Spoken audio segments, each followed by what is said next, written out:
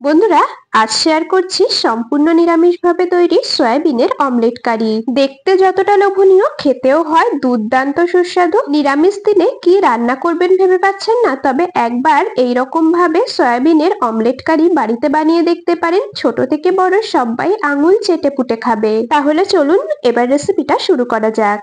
তবে বন্ধুরা, আপনাদের কাছে একটা রিকোয়েস্ট, আপনারা কিন্তু ভিডিওটা স্কিপ করে দেখবেন না। স্কিপ করলে বুঝতে পারবেন না আমি কোন পদ্ধতিতে কি কি মশলার ব্যবহার করে রেসিপিটা তৈরি করলাম। সঠিক পদ্ধতিতে আর সঠিক মশলার ব্যবহারে রেসিপিটা তৈরি না করলে হয়তো রেসিপিটা খেতে অতটাও ভালো লাগবে না। আপনাদের সাথে কথা বলতে বলতে এদিকে আমি ওই 20 থেকে 25 গ্রামের মতো সয়াবিন খুব ভালো করে সেদ্ধ করে নিয়েছি। সয়াবিনে জল পাল্টে 2 থেকে 3 বারের মতো পরিষ্কার জল দিয়ে ধুয়ে নিয়েছি। আর এখন সয়াবিন থেকে এক্সট্রা জল খুব ভালো করে হাত দিয়ে চেপে চেপে ঝরিয়ে নেব। তো দেখুন, সয়াবিন থেকে জল খুব ভালো করে ঝরিয়ে নিয়েছি। এরপর নিয়েছি 3টে সেদ্ধ আলু। এইরকম মিডিয়াম সাইজের আলু সেদ্ধ করে নিয়েছি। 3টে সেদ্ধ আলু নিয়েছি, খোসা এখন ছাড়িয়ে নিচ্ছি। বন্ধুরা, আমি কাজটা করতে থাকি আর আপনারা অবশ্যই কিন্তু আমাকে এই সময়টা কমেন্টসে জানিয়ে যাবেন আপনারা কে কোন জায়গা থেকে আমার আজকের এই রেসিপিটা দেখছেন, তবেই না আপনাদের কমেন্টসে ধন্যবাদ জানাতে পারবো। এদিকে 3টে আলুরই খোসা ছাড়িয়ে নিয়েছি আর এখন দেখুন হাত দিয়ে একটু ভেঙে নিচ্ছি। তবে সেদ্ধ আলু কিন্তু একদম ম্যাশ করে নেওয়ার দরকার নেই, একটু গোটা গোটা থাকবে সেই রকম ভাবে হাত দিয়ে হালকা করে ভেঙে নিতে হবে। দেখুন, এইরকম একটু হালকা গোটা গোটা রেখে সেদ্ধ আলুগুলোকে ভেঙে নিয়েছি। এখন এটাকে সরিয়ে রাখলাম। মিক্সির জারের মধ্যে নিয়ে নিচ্ছি সয়াবিনগুলোকে। সয়াবিনের কিমা তৈরি করে নেব। একেবারে মিহি করে কিন্তু পেস্ট করা যাবে না, সয়াবিনের কিমা তৈরি করে নিতে হবে। দেখুন, ঠিক এইরকম ভাবে। বুঝতেই পারছেন যে কেমন ভাবে সয়াবিনটাকে মিক্সিতে দিয়ে ঘুরিয়ে নিতে হবে। ঠিক এইরকম ভাবে সয়াবিনের কিমাটাকে রেডি করে নিয়েছি। এখন একটা পাত্রে নামিয়ে নিচ্ছি। সয়াবিনের কিমা একদম রেডি হয়ে গেছে। এখন এটাকে সাইডে সরিয়ে রাখবো। এখন রান্নাটা করার জন্য একটা মশলা তৈরি করে নিতে হবে।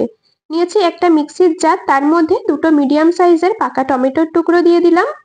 দিয়ে দিচ্ছি 2 ইঞ্চির মতো আদা, ছোট ছোট টুকরো করে রেখেছিলাম আদার টুকরোগুলো। 5 থেকে 6টার মতো দিলাম কাঁচা লঙ্কা, 3টে দিয়েছি শুকনো লঙ্কা। আপনারা যেই রকম ঝাল খাবেন সেই অনুযায়ী কিন্তু কাঁচা লঙ্কা শুকনো লঙ্কার পরিমাণ কম বেশি করে দিয়ে নেবেন। অল্প একটু জল দিয়েছি আর জল দিয়ে একদম মিহি করে মশলাটাকে বেটে তৈরি করে নিয়েছি। একদম মিহি করে বেটে নিয়েছি। বেটে নেওয়া মশলা একটা পাত্রে ঢেলে রাখলাম। আপনারা চাইলে শিলে মশলাটাকে বেটে নিতে পারেন, তবে আমি মিক্সিতে দিয়েই একেবারে মিহি করে বেটে নিয়েছি। তো রান্নাটা করার জন্য মশলাও আমাদের একদম রেডি হয়ে গেছে। মশলার বাটিটাকে সরিয়ে রাখলাম। এখন চলে যাব ওভেনের কাছে। ওভেনে বসিয়ে দিয়েছি একটা ফ্রাইং প্যান, তার মধ্যে দিচ্ছি কিছুটা পরিমাণে সর্ষের তেল। অল্প পরিমাণেই দিয়েছি সর্ষের তেল। তেলটা দিয়ে খুব ভালো করে গরম করে নিয়েছি। এখন এর মধ্যে ফোড়নে দিয়ে দিচ্ছি সামান্য পরিমাণে গোটা সাদা জিরে। ফোড়ন থেকে সুন্দর ভাজা গন্ধ বেরোনো পর্যন্ত ফোড়নটাকে একটু নেড়েচেড়ে ভেজে নেব। জিরেগুলো বেশ সুন্দর একটু লালচে রং হওয়া পর্যন্ত ফোড়নটা খুব ভালো করে ভেজে নিয়েছি। বেটে নেওয়া মশলার থেকে অর্ধেকটা মশলা আমি এখন ব্যবহার করলাম, আর বাকি অর্ধেকটা রান্নায় পরে ব্যবহার করব। অর্ধেকটা মশলা ফ্রাইং প্যানের মধ্যে দিয়েছি। খুব ভালো করে একটু নেড়েচেড়ে নিয়ে এখন কিছু গুঁড়ো মশলা দিয়ে দিচ্ছি। প্রথমে দিলাম 1 চামচ জিরের গুঁড়ো, পরিমাণ মতো হলুদ গুঁড়ো, স্বাদ মতো লবণ, আর সুন্দর কালারের জন্য দিয়ে দিলাম ওই 1/2 চামচের মতো শুকনো লঙ্কার গুঁড়ো। গুঁড়ো মশলাগুলোকে দিয়ে একটু নেড়েচেড়ে কিছুক্ষণ কষিয়ে নেব মশলার কাঁচা গন্ধ যাওয়া পর্যন্ত। মোটামুটি ওই মিনিট খানিকের মতো গুঁড়ো মশলাগুলোকে দিয়ে একটু নেড়েচেড়ে ভেজে নিয়েছি।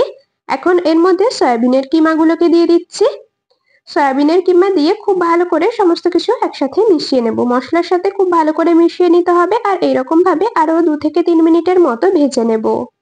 সয়াবিনের কাঁচা গন্ধটা যাওয়া পর্যন্ত, সয়াবিনটা একটু ভাজা ভাজা হওয়া পর্যন্ত ভেজে নিতে হবে। মোটামুটি 2 থেকে 3 মিনিটের মতো ভেজে নিয়েছি। এখন এর মধ্যে দিয়ে দিচ্ছি সেদ্ধ করে রাখা আলু। আবারও কিন্তু খুব ভালো করে সমস্ত কিছু একসাথে মিশিয়ে নেব। আর এইরকম ভাবে বেশ সুন্দর একটু ভাজা ভাজা হওয়া পর্যন্ত এটাকে রান্না করে নেব। মোটামুটি আরো 4 থেকে 5 মিনিটের মতো গ্যাসের ফ্লেম মিডিয়ামে রেখে রান্না করে নেব। 4 থেকে 5 মিনিটের মতো মিডিয়াম ফ্লেমে নেড়েচেড়ে খুব ভালো করে রান্না করে নিয়েছি। এখন দিয়ে দিচ্ছি ছোট চামচের 1/2 চামচ গরম মশলা গুঁড়ো। সামান্য পরিমাণে দিয়ে দিলাম ভাজা মশলা। আর টেস্ট ব্যালেন্সের জন্য সামান্য কয়েক দানার মতো দিয়েছি চিনি। সমস্ত কিছু আবারও খুব ভালো করে মিশিয়ে নিচ্ছি। এখানে আমি ভাজা মশলা বলতে গোটা জিরে, গোটা ধনে ড্রাই রোস্ট করে গুঁড়ো করে নিয়েছি, সেটাই দিয়েছি। আর যেহেতু নিরামিষ রেসিপি, সামান্য একটু চিনি দিলে স্বাদটা কিন্তু বেশ ভালো আসে। তবে আপনারা যারা চিনি একদমই পছন্দ করেন না তারা কিন্তু নাও দিতে পারেন। তো সব মশলা দিয়ে খুব ভালো করে মিশিয়ে নিয়ে পুরটাকে রেডি করে নিয়েছি, আর এখন এটাকে একটা পাত্রে নামিয়ে নিলাম। পুরটাকে এখন খুব ভালো করে ঠান্ডা করে নিতে হবে, সেজন্য এটাকে সাইডে সরিয়ে রাখছি। এরপর আমাদের মূল যে উপকরণটি লাগবে সেটি হলো পাঁপড়। যে কোনো ব্র্যান্ডের পাঁপড় আপনারা ব্যবহার করতে পারেন, তবে সাইজটা এরকম মিডিয়াম নেওয়ার চেষ্টা করবেন, তাহলে কিন্তু অমলেট গুলো বেশি ভালো হবে। আর আমি এখানে কিন্তু একদম প্লেন পাঁপড়টা ব্যবহার করেছি, মশলাদার পাঁপড়টা ব্যবহার করছি না।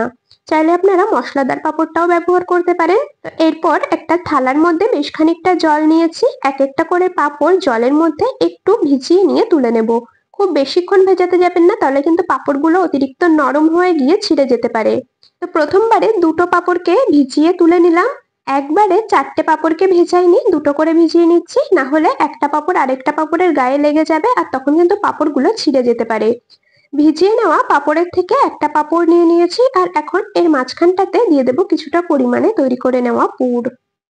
খানিকটা পুর দিয়েছি, 4 সাইড মুড়ে নেব যাতে কিনা দেখতে অনেকটা অমলেটের মতোই লাগে। তো দেখতেই পাচ্ছেন ঠিক এইরকম ভাবে 4টে সাইডকে মুড়িয়ে নিলেই হয়ে যাবে। পাঁপড়গুলো যেহেতু এখন অনেকটা নরম রয়েছে, তো পাঁপড়ের একটা সাইড আরেকটা সাইডের সাথে দেখবেন খুব সুন্দরভাবে আটকে গেছে। তো এইরকম ভাবে পাঁপড়ের মধ্যে পুর ভরে 4টে সাইড ভাঁজ করে নেবেন। ব্যাস এইরকম ভাবেই কিন্তু সবকটা আমি তৈরি করে নিয়ে তারপরে আপনাদেরকে দেখাচ্ছি। তো প্রথম অমলেটটাকে তৈরি করে নিয়েছি, আর এইরকম ভাবে আরো একটা বানিয়ে নিয়েছি। এইভাবেই কিন্তু সমস্তগুলো তৈরি করে নেব। প্রত্যেকটাকে এরকম ভাবে বানিয়ে নিয়েছি। এখন আবারও ওভেনে ওই পুর তৈরি করা ফ্রাইং প্যানটাই বসিয়েছি, তার মধ্যে কিছুটা পরিমাণে সাদা তেল দিয়ে তেলটা খুব ভালো করে গরম করে নিয়ে সামান্য একটু দিয়ে দিলাম হলুদ গুঁড়ো, যাতে করে অমলেটগুলোর সুন্দর কালার আসে, দেখতেও ভালো লাগে। তৈরি করে রাখা অমলেটগুলো এক এক করে তেলের মধ্যে দিয়ে দেব। খুব ভালো করে এপিট ওপিট বেশ লাল লাল করে কড়া করে ভেজে নিতে হবে। বেশ কিছুক্ষণ সময় নিয়ে কিন্তু এগুলোকে ভেজে নিতে হবে, পাঁপড়ের যে কাঁচা গন্ধ সেটা চলে যাওয়া পর্যন্ত। অমলেটগুলো যদি কড়া করে ভাজা না হয় তাহলে কিন্তু পাঁপড় থেকে কাঁচা গন্ধ বেরোবে, তখন খেতে একদমই ভালো লাগবে না। বেশ সুন্দর লাল করে ভেজে নিয়ে তারপর আপনাদেরকে দেখাচ্ছি। এদিকে দেখুন অমলেটগুলোকে খুব সুন্দরভাবে ভেজে নিয়েছি, আর এখন এগুলোকে তুলে নেব এক এক করে। ভেজে নেওয়া অমলেটগুলোকে একটা পাত্রে তুলে নিয়েছি, এখন এটাকে সাইডে সরিয়ে রাখবো। অমলেট ভাজা এই ফ্রাইং প্যানের মধ্যেই আরো সামান্য পরিমাণে দিয়ে দিলাম সর্ষের তেল। তেল খুব ভালো করে গরম করে নিয়েছি, ফোড়নে দিয়ে দিচ্ছি সামান্য পরিমাণে গোটা সাদা জিরে, একটা তেজপাতা আর শুকনো লঙ্কা।